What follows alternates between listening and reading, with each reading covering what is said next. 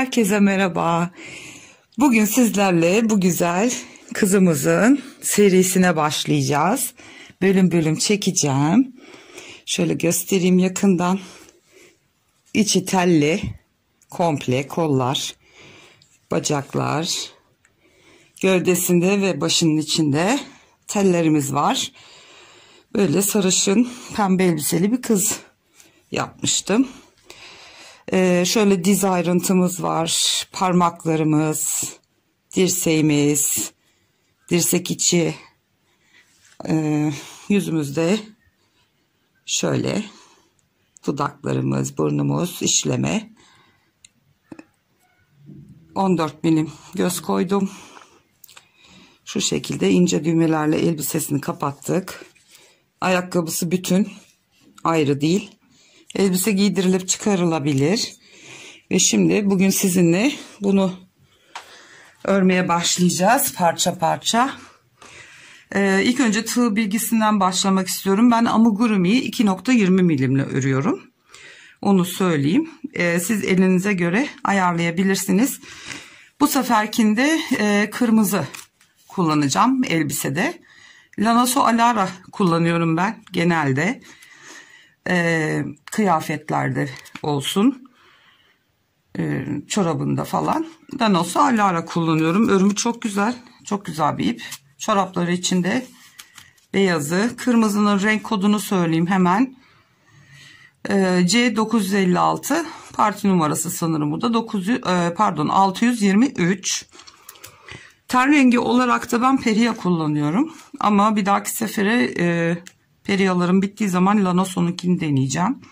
Peria Baby Soft amigurumi ipi kullanıyorum. Bu da ten rengi kaç numaraymış? 017 ten rengi numarası. Bu da çok güzel bir ip.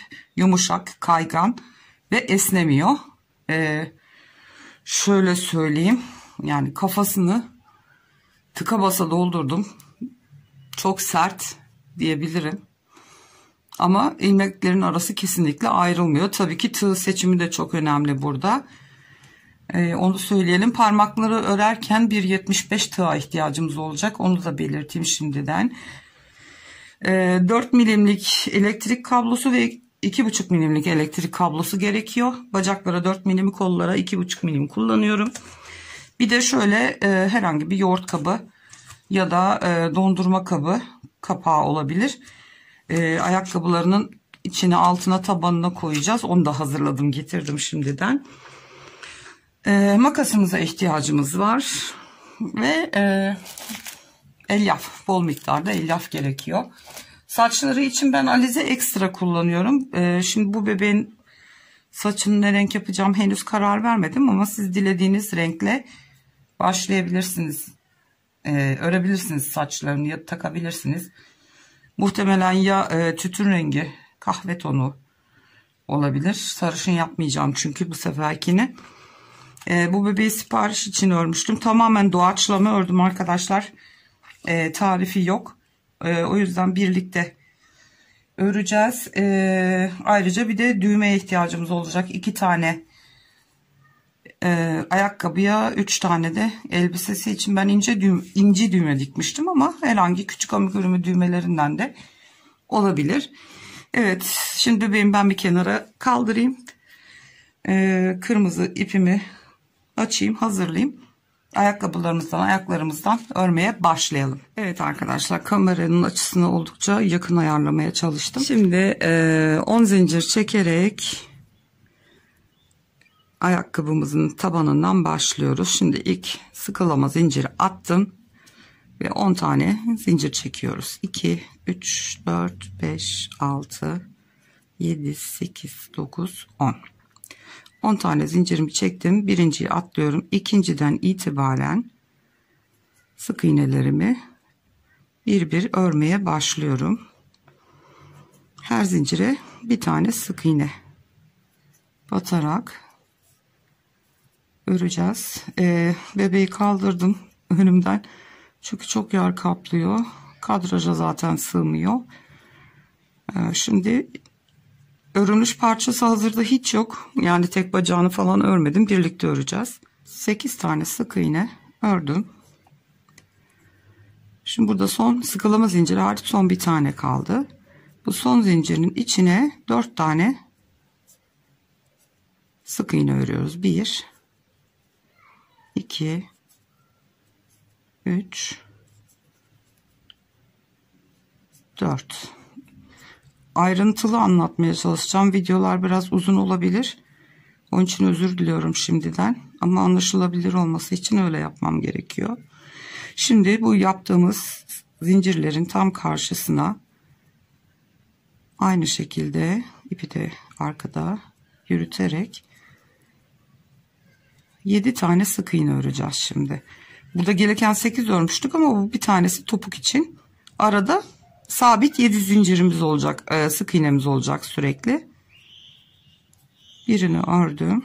Bu 2. 3 4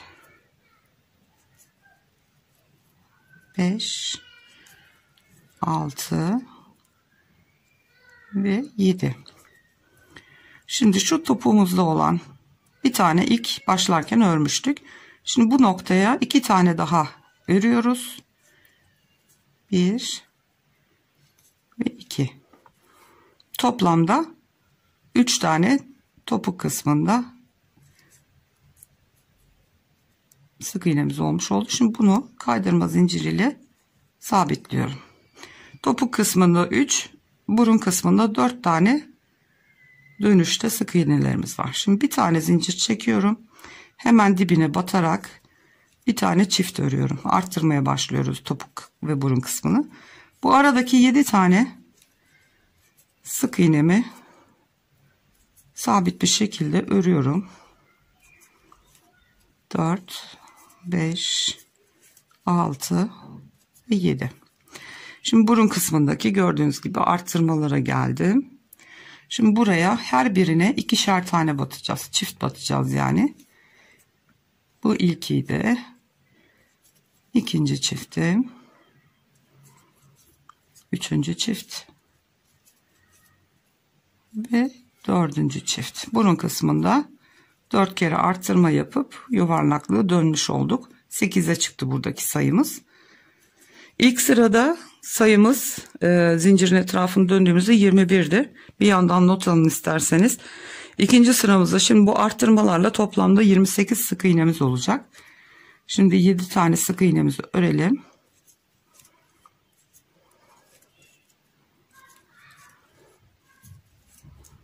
Evet ve sondaki 2 taneye geldim. İlki bu tarafta, son dönüşte de 2 tanesini yapıyoruz. Yine bunları arttırıyorum. Çiftimi battım. İkincisine de çift örüyorum. Burada zaten bir kere başlarken arttırmıştık. Toplamda 6 oldu burası da. Ve kaydırma zinciriyle sıkı sıkı birleştirip bir zincir atıyorum. Bu sıranın sonunda da toplamda 28 tane sık iğnemiz olmuş oldu. Evet, şimdi 3. sıramızda çift battığımız yere bir tek bir çift yapacağız. İlkini tek ördüm. Çiftin diğerini çift örüyorum gene. Aradaki 7 tane sık iğnemi düz bir şekilde devam ediyorum. Bu kenar kısımlarında hiç arttırma olmayacak. Bu 7 sık iğneyi sürekli sabit öreceğiz. Evet, çiftimi yaptıktan sonra 1 2 3 4 5 6 7 taneyi ördüm ve şimdi burun kısmındaki yere geldim. Burayı da şimdi her bir çift olanın üstüne bir tek bir çift öreceğiz. İlk çiftimiz burada. İlkini tek örüyorum. İkincisini çift örüyorum. İlkini tek, ikincisini çift. Bu şekilde burun kısmındaki arttırmamızı yapmış olduk. 4 tane burun kısmında artıyor. Topuk kısmında da 3 artıyor. Ve 35 olacak. Şimdi sayımız. 7 tane sık iğnemi topuğa kadar örüyorum.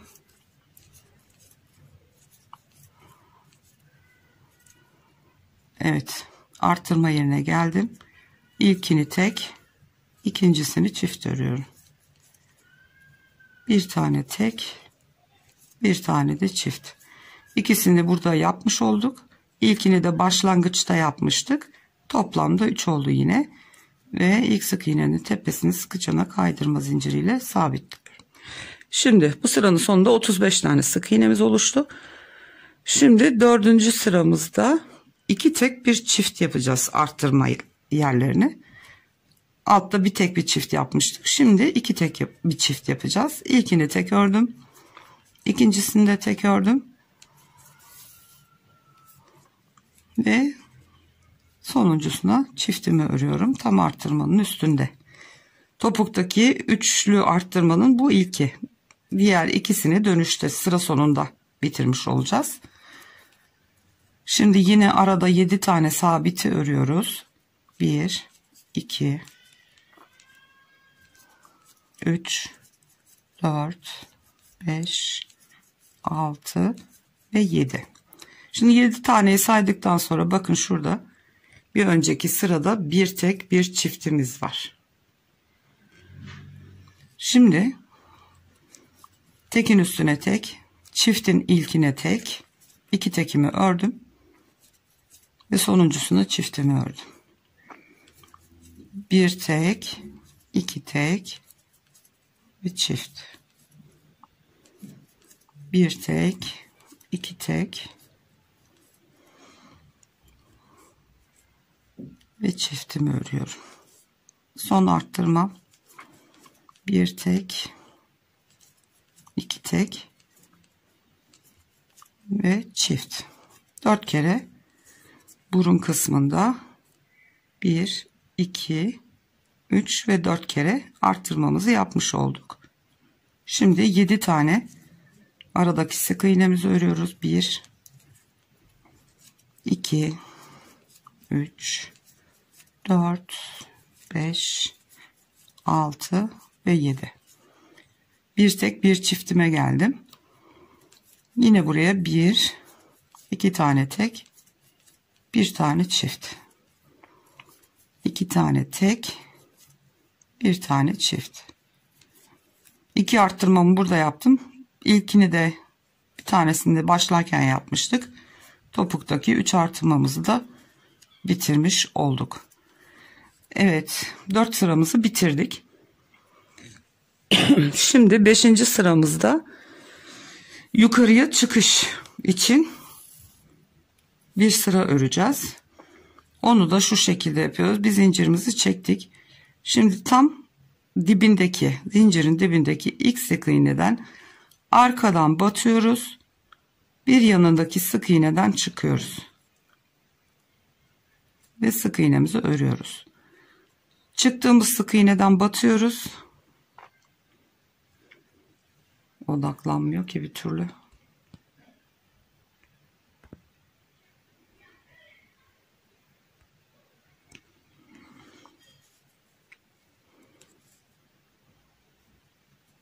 Çıkış yaptığımız sık iğneden batıyoruz. Bir yanındakinden çıkıyoruz. Çıktığımızdan batıyoruz. Bir yanındakinden çıkıyoruz. Bu şekilde 42 tane sık iğnemiz oldu son sırada. Bu şekilde bakın yukarıya doğru çıkışı örmüş olacağız.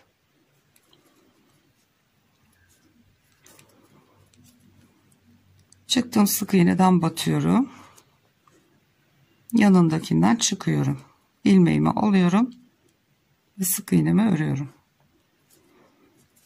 Böyle bitişik bitişik hiçbir sık iğneyi atlamadan komple bu sıramızı örmüş olacağız ve gördüğünüz gibi şurada kaydırma zinciri varmış gibi yukarıya çıkışımızı sağlamış oluyoruz. Arkadaşlar şunu da göstereyim. Şu yukarı çıkış sırasını tam bitirmeden önce tabanımızı dediğim gibi bir yoğurt kasesi ya da yoğurt kabının kapağı ya da dondurma kapağı tabanımızı üstüne koyalım ve bir kalemle şu şekilde kabadan bir çizelim kalemle. kalıbımızı keseceğiz çünkü içine koymak için. Büyük küçük gelirse daha sonra kesip düzeltebiliriz. Şöyle dış hattından güzelce çizelim. Çünkü şimdi o yukarı çıkışı örersek fazladan bir sıra olmuş olacak. O yüzden de tam olmamış olacak. Ölçü büyük gelir bu sefer. Şu yanında böyle düz kapattık mı? Şu şekilde çizip kesebilirsiniz. Tam ayarını ayakkabı bittikten sonra giydirirken büyük gelmişse kenarlarından kesip fazlalığını alacağız. Onu da hatırlatayım dedim. Şimdi sıramızı örüp gelelim. Evet, ben tabanımı kestim. Şöyle. Bir tanesini daha çizdim. Bunun ölçüsüne göre. Onu da sonra keseceğim. Şimdi bir sıra arkadan bu şekilde batarak yukarıya çıkış sıramızı ördük. Ve sıramızı şimdi son sık iğnemize kaydırma zinciriyle sabitleyip bir zincir çekiyoruz. Ve şimdi bu 5. sıramızda 6. sıra ve 10. sıra toplamda 5 sıra 42 sık iğnemizi düz bir şekilde hemen dibinden batarak başladım. Her sık iğneye bir tane batarak 42 sık iğneyi 6. sıra dahil 10. sıra dahil toplamda 5 sıra düz bir şekilde öreceğiz. Ondan sonra burun kısmında kesmelerimizi yapacağız. Dediğim gibi arkadaşlar, bir örerken bir yandan da not alırsanız, çünkü tamamen doğaçlama ördüğüm bir bebek. Tarifini yani kendimce notlar aldım. Full tarif yazılı değil. O yüzden hani göstermek isterdim size. 5 sıra şimdi 6 ve 10. sıra arasını bu şekilde düz bir şekilde 5 sıramızı örüp gelelim. 5 sıra 42 sık iğnemizi 6 ile 11. sıra arası 5 sıra düz ördük. Şimdi kesmelerimizi yapacağız. Şimdi arkada birleştirdik. Bir zincirimi çektim ve şimdi 10 tane sık iğne örüyoruz. 1 2 3 4 5 6 7 8 9 ve 10 tane sık iğnemizi ördük. Şimdi 5 tane bu taraftan, 5 tane de diğer taraftan, toplamda 10 tane ilmeğimizi eksilteceğiz. Şimdi ayakkabımızın şu ortadaki zincir yerini şöyle katladık mı orta kısım buraya geliyor. Sayalım kaç ilmek varmış. 2 4 6 8 10. Gördüğünüz gibi 10 ilmek bu taraftan, 10 ilmek de bu taraftan, beşer beşer keseceğiz ve 10 tane ilmeğimizi azaltmış olacağız. Şimdi kesmelerimize başlayalım. Bu ayakkabı rengimizle öreceğimiz son 2 sıra. Şimdi 10 sık iğne ördükten sonra ön katlarını alarak kesmeye başlıyorum. 1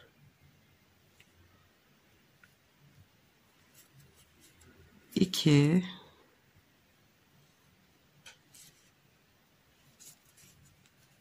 3 4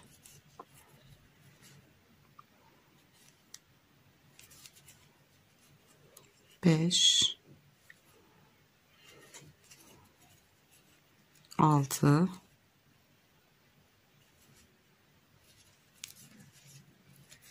7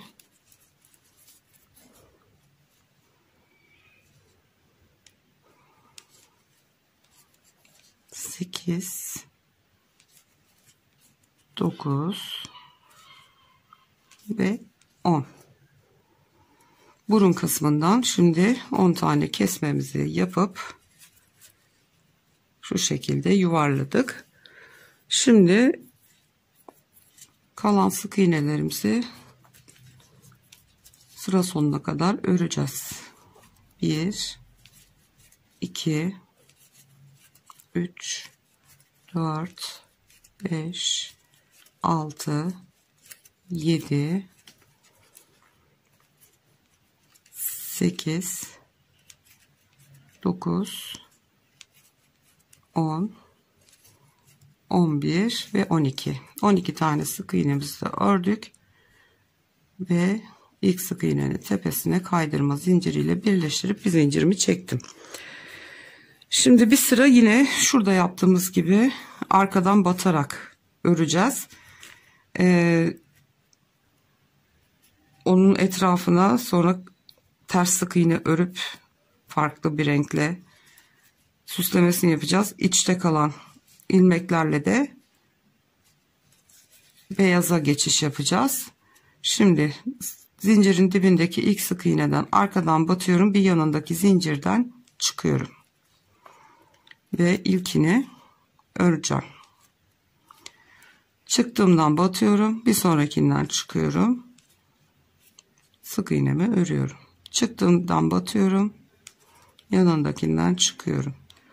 Bu şekilde bütün sık iğnelerimizi arka taraftan örmüş oluyoruz. Bir sıra sık iğne örüyoruz.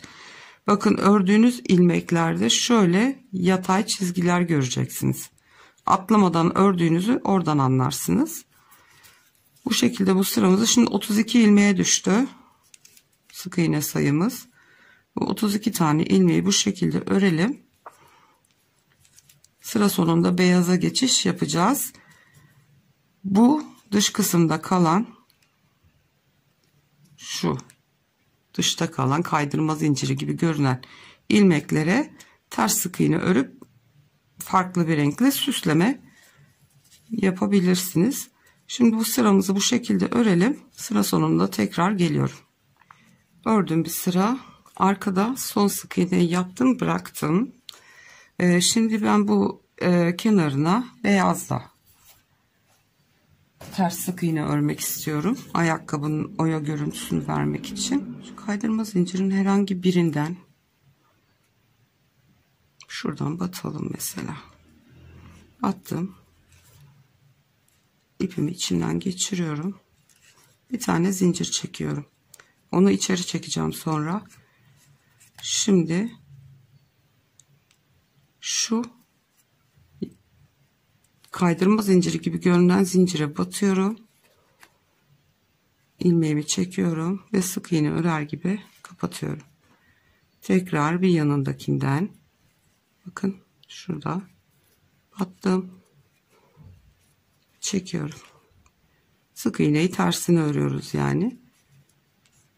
Dıştaki şu yaptığımız kalan kaydırma zinciri görünen gibi ilmeklerin içine yapıyoruz bunu. Bunu sonradan da örebilirsiniz ama şimdi örmek en rahatı. Bu şekilde bu ilmeklere kaydırma zincirlerimizin içine ters sık iğnemizi örelim. Bu şekilde ben döndüm bir sıramı. Şimdi ipi kesiyorum. Şu şekilde şimdi ilk başladığımız yerden tığımı çıkartıyorum ve bu ucunu da içeri çekiyorum. Bu ipleri şunu arada kalan sık iğnenin altından geçiriyorum ve bu ikisinin ucunu birbirine bağlayayım, sökülmesin.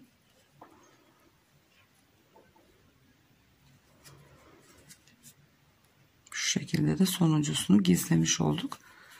Ayakkabımızın etrafını döndük. Şimdi bu kırmızı ipi kopartacağız.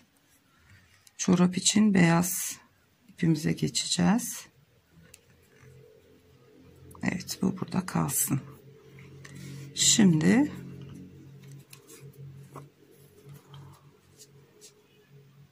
şu son sık iğneyi bu şekilde 2 ilmeği tığda bırakıyorum. Beyaz ipimi alıyorum ve bu ilmeklerin içinden geçireceğim. Renk geçişini yapıyoruz.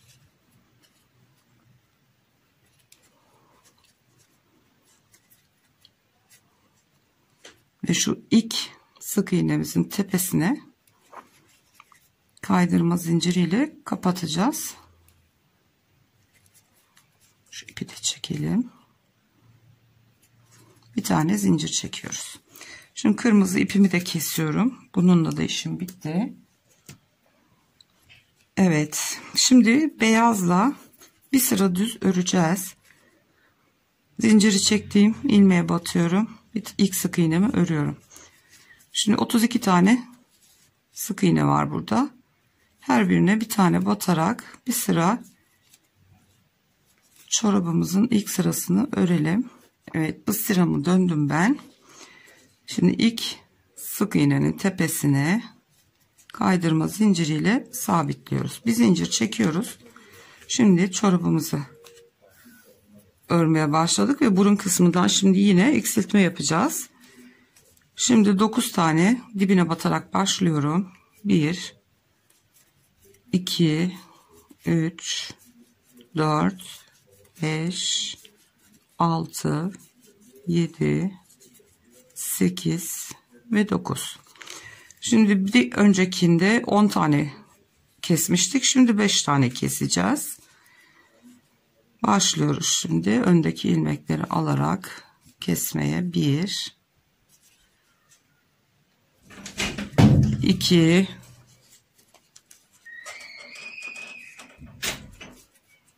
3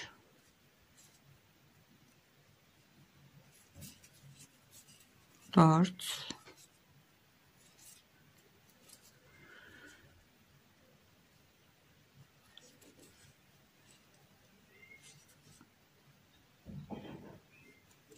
5 pardon 6 tane azaltacağız. 6 tane eksiltme yaptık tekrar burun kısmında. Şimdi yanılmıyorsam 11 tane sık iğnemiz kaldı. 1 2 3 4 5 6 7 8 9 10 ve 11. Başlangıca tutturuyorum. Bir sık iğne, bir zincir çekiyorum. Bu sıramızda şimdi 26 tane sık iğneye düştük.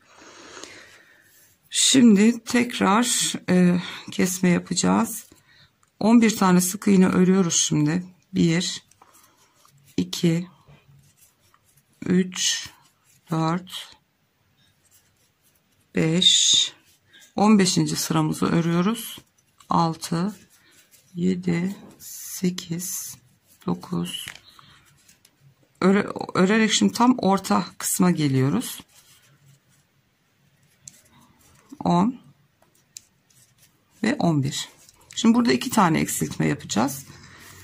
Onu da amigurumi'de M harfi, bildiğimiz M, Manisa'nın M'si. M harfiyle tabir ediyoruz. Şu şekilde yapıyoruz onu da. Ön kanatlarını alıyoruz yine. Normalde keserken bir tane, böyle 2 tanesini alıp çıkarıyorduk. M şeklinde keserken 2 3 ilmeğin ön katlarını alıyoruz. İçinden çıkartıyoruz ve kesiyoruz. Bu 2 tane birden kesmiş olduk burada. Tam burun kısmında ortada. Ve şimdi yine kalan ilmeklerimizi 12 tane kaldı. 12 ilmeğimizi örüyoruz. Şurayı tabii sıkı tutalım, bol kalmasın. 1 2 3 4 5 6 7 8 9 10 11 ve 12. Evet, 15. sıramızı da bitirdik ve şu anda 24 tane sık iğnemiz var. İlk sık iğneye sabitliyorum. Bir zincir çekiyorum. Dibinden başlıyoruz. 16. sıramızdayız. 10 tane sık iğne örüyoruz. 4 5 6 7. Aynı şekilde bir kere daha keseceğiz. 8 9 ve 10. Tam burun kısmına geldik. Şimdi yine şuradaki 3 tane ilmeğin ön katlarını alacağız ve 2 ilmek eksiltmiş olacağız. 10 tane ördük ve bir tane kestik. Sıkı sıkı tutalım burayı. Ve şimdi geriye 11 tane ilmeğimiz var. 1 2 3 4 5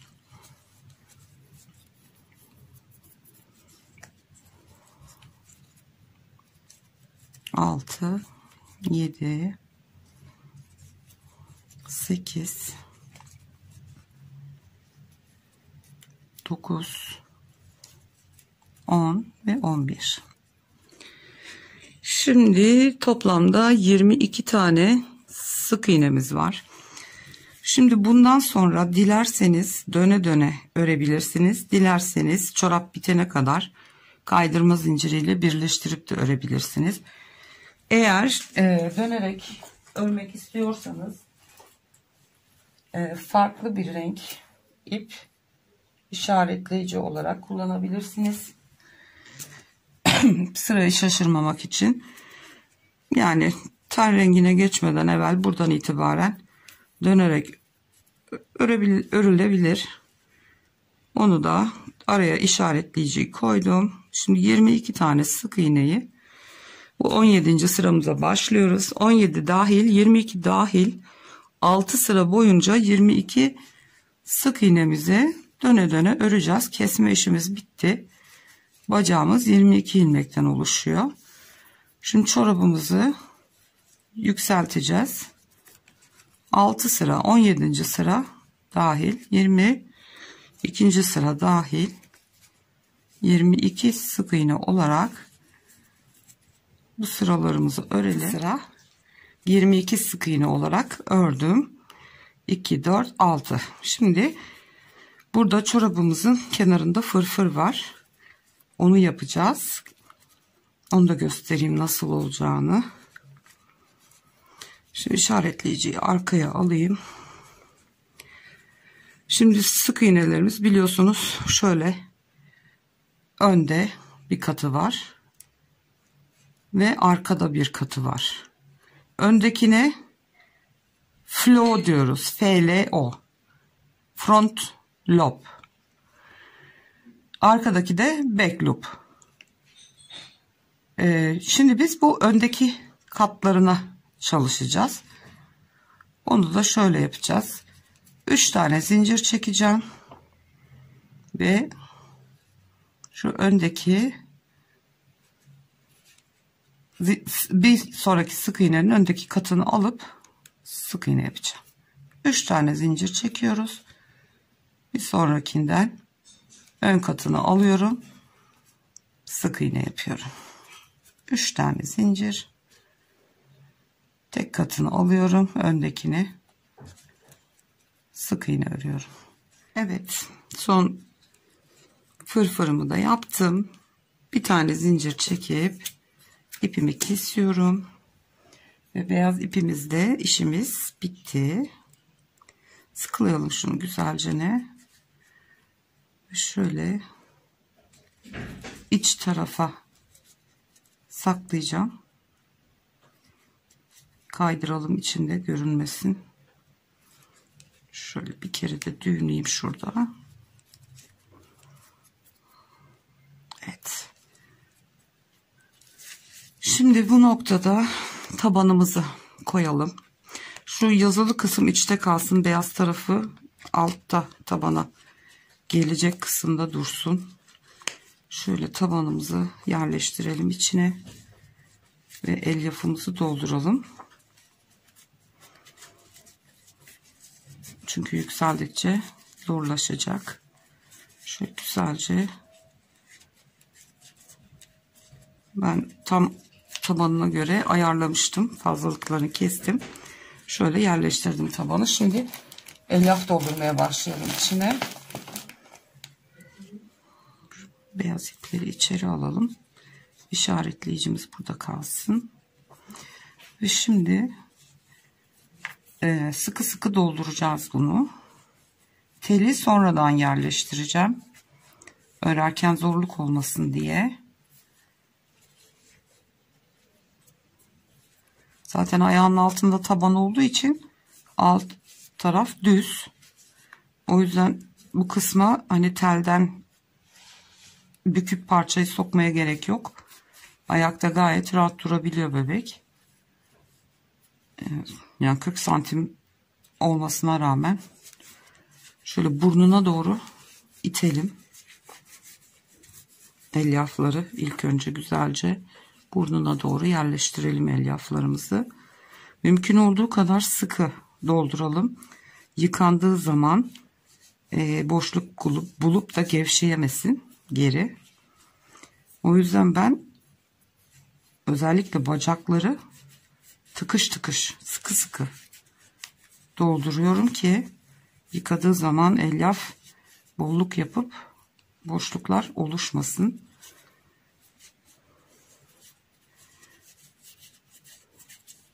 Daha da dolduracağım hatta. Sıkı sıkı olsun.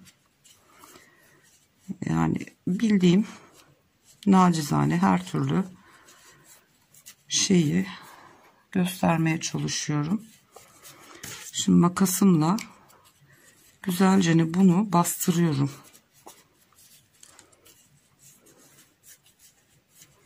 Ön tarafa doğru, burnuna doğru itebildiğim kadar itiyorum. Şurada boşluk oluşuyor bakın. Onu tekrar ilave yapıyorum elyafla. O kısma makasla. Şimdi oraya topuk kısmına doğru basacağım elyafı. Boncuk silikon elyaftan başka elyaf lütfen kullanmayın. Boncuk olmayan elyaf yıkandığı zaman sünebiliyor. En güzeli bu ve bu şekilde makas yardımıyla bakın ittikçe ne kadar çok eziliyor içine doğru. Ezin elyafı doldurduğunuz zaman böyle makasla her tarafını ezin güzelce ki yıkandığı zaman boşluk bulup da geri boşlamasın, ezilmesin elyaflar.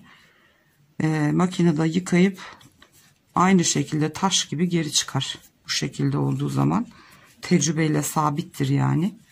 Özellikle atıp yıkamıştım bir kere. Ne olacak diye. Bir hafif doldurdum bir tanesini. Birini de böyle sıkı sıkı doldurarak yaptım. Ve bu şekilde sıkı sıkı doldurmadan ördüğüm bebek boşluklar oluştu. Tabii formu bozuldu.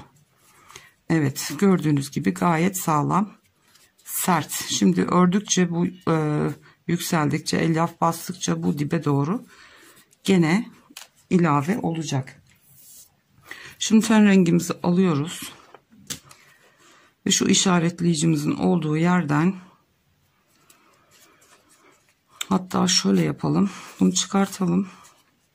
İşaretleyiciyi mesela ön tarafta kaldığı zaman gövdeyi örerken arka tarafa alabiliyoruz.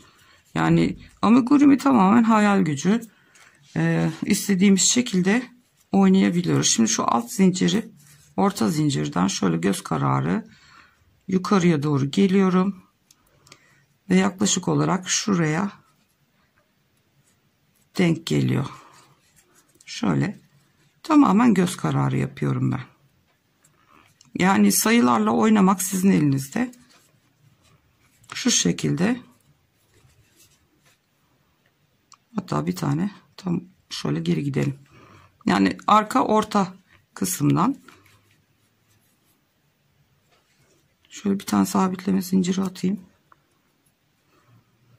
Ve şuradan başlayalım. Devam edeceğiz şimdi. Döne döne 22 sık iğnemizi, şunu da yürüteyim biraz. İçinde sağlam olsun. Arkada kalan ilmeklerimiz, iç tarafta kalan ilmeklerimize ten rengimizi örüyoruz. İpliği de beraber yürüttüm birazcık. Onu içeri bırakabilirim şimdi. İlmeklerin içte kalan katlarına ten rengimizi 22 tane sık iğneyi örüyoruz şimdi. Sık iğneye direkt ikinci sıramıza geçiyoruz. Ve bu şekilde döne döne şimdi 13 sıra öreceğiz. Şimdi bu ipi bağladığımız sıra 24. sıramızda, ilk sırayı bağladığımızda 23. sıramıza bir sıra fırfırımızı ördük. Şimdi 24 ve 36. sıra arası toplamda 13 sıra öreceğiz. 22 tane sık iğnemizi, şu işaretleyicimi de hatta şuraya takayım. Sıra başım burası. Evet, orada dursun. Şimdi böyle döne döne 13 sıramızı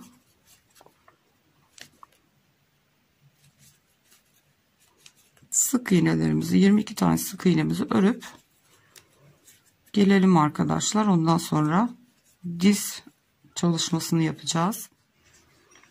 Evet arkadaşlar, 13 sıra ten rengiyle ben ördüm ve şu anda 36 sıra tamamlanmış oldu. Sıkı sıkı bir şekilde, bakın, bastırdığımda zorla basabiliyorum. Elyafı doldurdum. Şimdi diz arkasında bir ayrıntımız var ve önde diz kapağımızı yapacağız. Şimdi şu işaretleyiciyi öne alıyoruz. Şimdi şöyle ikiye katladığımızda, göz kararı şöyle ikiye katladığımızda bacağı yandan 1-2 tane örmüş olduk. 1 2 3 4 5 tane buraya ayrıntıyı yapacağız ve 1-2 tane diğer yanda sık iğnemiz kalmış oluyor. Yani tam bu diz arkasındaki o ayrıntıyı tam ortada denk getirmiş olacağız. Yani işaretleyicimiz tam yerinde şu anda. Şimdi 37. sıramıza başlıyoruz. Şu ilmeği geri öreyim. Evet, şimdi 37. sıramızdayız. Hemen direkt şu şekilde kaydırma zinciri yapacağız. Bol tutmaya çalışın. Çünkü bir dahaki sırada içinden öreceğiz. Zorlanmayalım. Üçüncüsü oldu bu. 4 ve 5. 5 tane işaretleyiciden hemen sonra 5 tane CC yani kaydırma yaptık.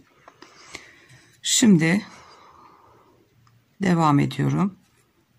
1 2 3 4 ve 5. 5 tane sık iğne ördüm. Şimdi dediğim gibi doğaçlama ördüğüm için yazılı bir tarif yok. Sadece belirli yerlerdeki şeyleri not aldım. O yüzden şimdi bir yandan sayıyorum, bir yandan örüyorum. Siz de işte notunuzu alırsınız. 5 tane sık iğne ördük. Tam ortalamamız gerekiyor diz kapağını. Bir tane daha örelim. 6 tane sık iğne örüyoruz. 5 tane kaydırmadan sonra. Şöyle tam ikiye katladık mı? Evet. 1 2 3. Tamamdır. Şimdi çift batıyoruz ilmeklere. İkinci kez çift battım. Üçüncü kez çift battım. Ve dördüncü kez. 4 tane peş peşe çift örüyoruz. Bu diz kapağı ayrıntımız olacak. Şöyle katladığımızda gördüğünüz gibi tam bacağımız, diz kapağımız ortalanmış oldu. Tam ortaya denk geliyor. 5 tane CC yaptık. 6 tane sık iğne ördük. 4 tane sık iğnemize çift battık. Yani 8 tane ördük buraya. 4 tane çift ördük. Ve şimdi sıramızın sonuna kadar düz sık iğnelerimizi örüyoruz. 1, 2, 3, 4, 5 ve 6. İki yanda 6'şer tane sık iğne örmüş olduk. Ve arkada CC yaptık. Dizin arka kısmındaki ayrıntı. Ön tarafta da 4 tane çift ördük. Diz çıkıntımızı yaptık. Şimdi 37. sıramız bitti. 38. sıraya geçiyoruz. Evet arkadaşlar, 37. sıramızı ördük ve 26 tane 22 sık iğnemiz vardı bacakta. Ön tarafta 4 tane arttırdık. 26 sık iğnemiz oldu. Bu sırada şimdi bütün sık iğneleri öreceğiz. Bu CC yaptıklarımızı da şu şekilde arkaya alayım. Şöyle arasından 2 katı alarak o şekilde öreceğiz bunları. Onun için gevşek örün demiştim birazcık. Batması zor olmasın diye. Şöyle arasından batıp sık iğnelerimizi o şekilde örüyoruz. 5 taneyi. 5 CC yapmıştık. 5'ini de bu şekilde batarak öreceğiz. Diz arkasındaki ayrıntı orada böyle bir ince çizgi varmış gibi görünecek. Evet. Bakın şöyle hafif bir iz oluşuyor böyle arkada. Dizin arka kısmında. Şimdi devam ediyoruz. Diğer sık iğnelerimizi normal bir şekilde öreceğiz.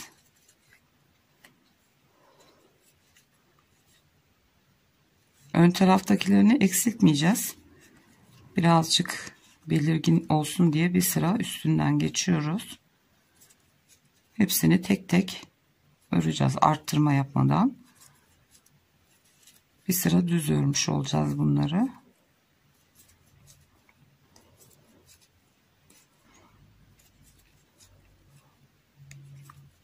Evet, 8 tane arttırmanın üstüne tek tek örerek geldim. Diğer yandan devam ediyorum.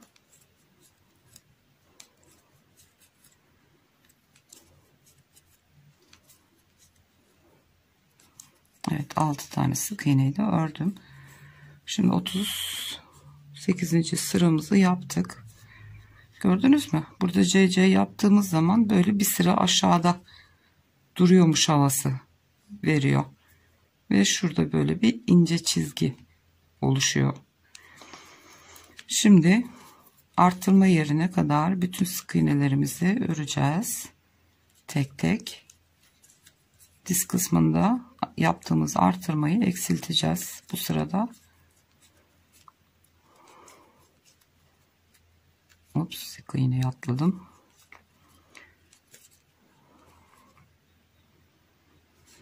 Gerçekten kamera karşısında çekim yapmak çok zor oluyor.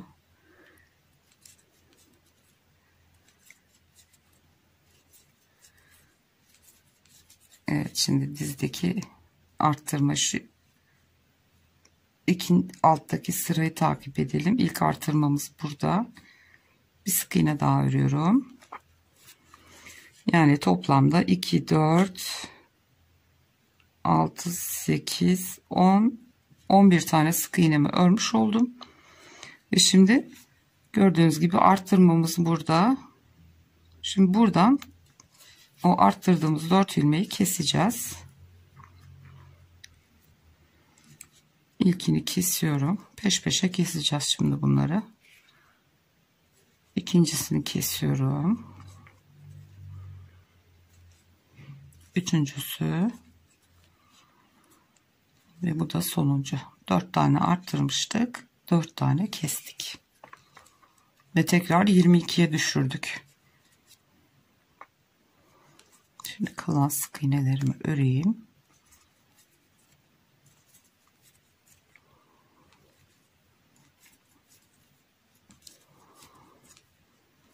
Evet, 39. sıramızda dizimizin ayrıntısı oluştu. Arka tarafta bu şekilde görünüyor. Önde de şu çıkıntımız var. Elyafla doldurulduğunda çok güzel belli olacak o. Şimdi yine bundan sonra 13 sıra tekrar ten rengiyle 22 sık iğnemizi dönelim. Düz bir şekilde arttırma eksiltme yapmadan 13 sıra daha. Evet arkadaşlar, 13 sıra dizi kesmeyi yaptığımız sıradan sonra 13 sıra ördüm. Elyafımı doldurdum. Daha dolduracağız tabi. Şimdi işaretleyicimiz gördüğünüz gibi yan tarafa geldi. Beyaz ipe geçeceğiz ama geçmeden önce bu işaretleyiciyi buradan alacağız. Şu arka ortaya göz kararı şöyle orta bir yere gelene kadar sık iğnelerimizi örmeye devam edeceğiz ki başlangıç bitiş yerimiz arkada kalsın. Evet, bir tane daha öreyim. Şöyle göz kararı ikiye katladığınızda ortaya gelecek şekilde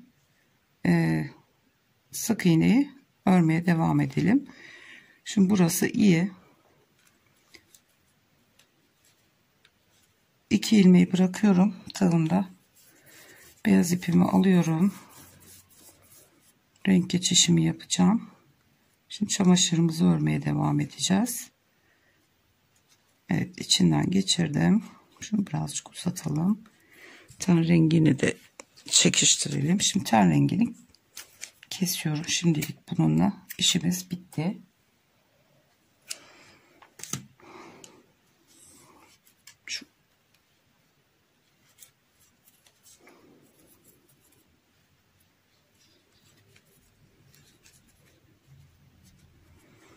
Şöyle bir tane sık iğne öreyim beyazla. Şu iki ipi arkada bağlayacağım sökülmesin diye.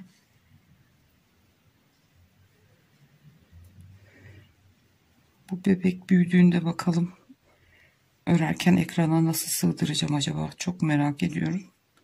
Evet, 2 sefer düğümledim. Bu ipler içeride kalabilir şimdi.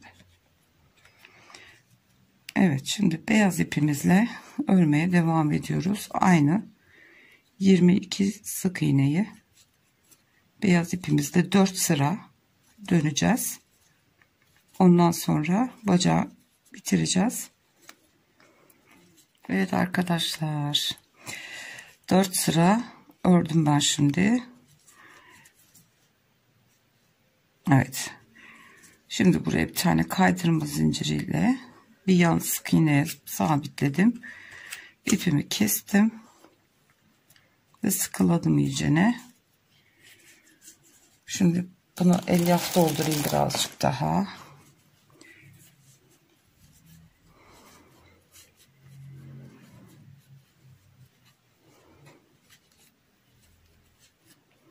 Şimdi paçasındaki fırfırları yapalım ve bacağımız bitsin. Şöyle makasın arkasıyla da iyicene eziyorum.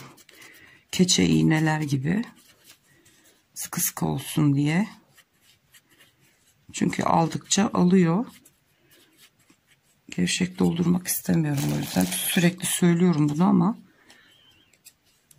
yıkandığı zaman formunun bozulmaması için bunu yapmamız lazım.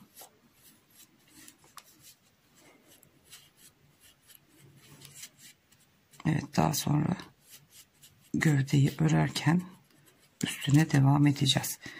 Evet, gördüğünüz gibi bacağımız bitti.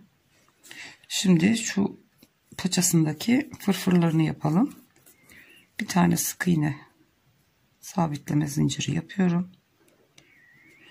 Ve şimdi şu beyazla ten renginin birleştiği yere yapacağız. Şu arka ortadan başlıyoruz. Önde böyle hafif bir kayma oluyor diye ön tarafta görünmesini istemediğim için başlangıcı onun için arkaya almıştım. Evet, 56 sırada bacağımız bitti. Şimdi buraya bir tane sık iğne yapıyorum. 1 2 3 tane zincir çekiyoruz. Şu beyaz ve sık iğnenin birleştiği yere batıyorum ve bir tane sık iğne yapıyorum. 3 tane zincir çekiyoruz. Yine beyazla ten renginin birleştiği noktaya batıp bir tane pıtırcık yapıyoruz. Bu şekilde yukarıdan aşağıya doğru sık iğnelerin arasından batarak şöyle paçamızın ayrıntısını yapıyoruz.